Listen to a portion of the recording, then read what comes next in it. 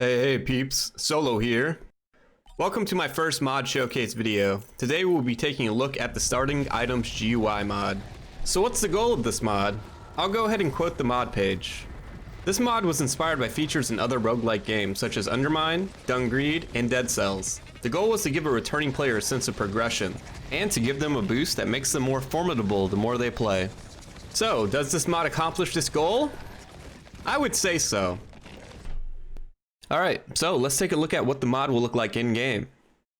When you first launch the game, you will notice a new button on the main menu labeled Starting Items. When you open up the new menu, you will notice 3 tabs: Earned Consumable, Earned Persistent, and Free. Let's talk a little bit about each of these tabs and what they do exactly. The Earned Consumable tab allows you to purchase items for the next run only. So you should know what survivor you plan on using before spending your hard-earned currency on items.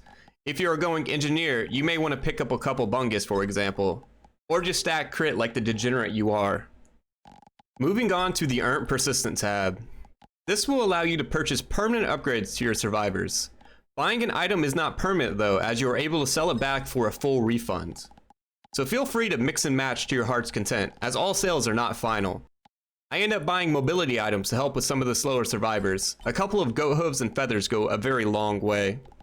And finally, the Free tab. This is basically the free play mode of this mod, which allows you to start a run with any number of items in whatever quantity you desire.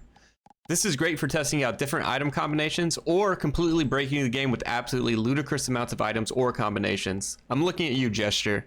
I would advise to be careful, as your computer can and will catch on fire if you go too hard. So, how do you earn cold hard cash to start stacking up the items? Well, by playing the game, obviously. You will earn in-game currency while playing any game mode, but you will earn reward multipliers based on the difficulty you select and how you end the run. So, Mithrix on Monsoon will give the best multipliers at the end of a run. The worst outcome is obviously dying, as you lose any potential multipliers from Obliteration and fighting Mithrix. As you go through your run, you're going to want to balance your risk versus reward, because if you die, you will be losing out on those sweet multipliers from killing Mithrix or Obliteration. So, be careful and manage your risk. Of rain. Alright, moving on. Is this mod balanced at all? No, obviously this mod will make the game substantially easier, but it will add a new layer of progression that you can enjoy after you've grown tired of the base gameplay loop. It gives you the ability to grow more powerful over time as you grind out currency, and gives you the flexibility to start runs with whatever combination of items you could ever want. My only suggestion is, if you seriously intend to try and balance this mod out, is to increase the prices of the items substantially in the config file. I think the base prices are too cheap, as after one Eclipse run I had enough credits to start every run with a 57 leaf clover, which is pretty much GG no re.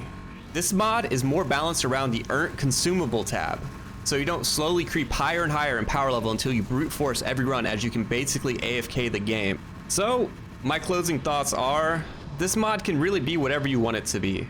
Something to add to the base game experience, or something to completely break the game and send all the creatures of this unknown planet to the Shadow Realm.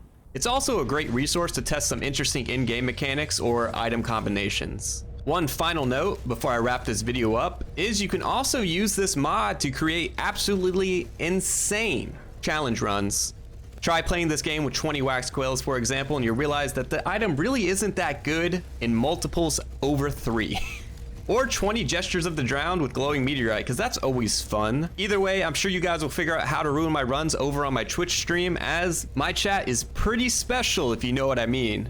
But I do stream Monday through Friday at 4 p.m. Eastern Standard Time, and I do hope you stop by and say hello if you are in the neighborhood. Also, join my Discord, links below. See you guys next time.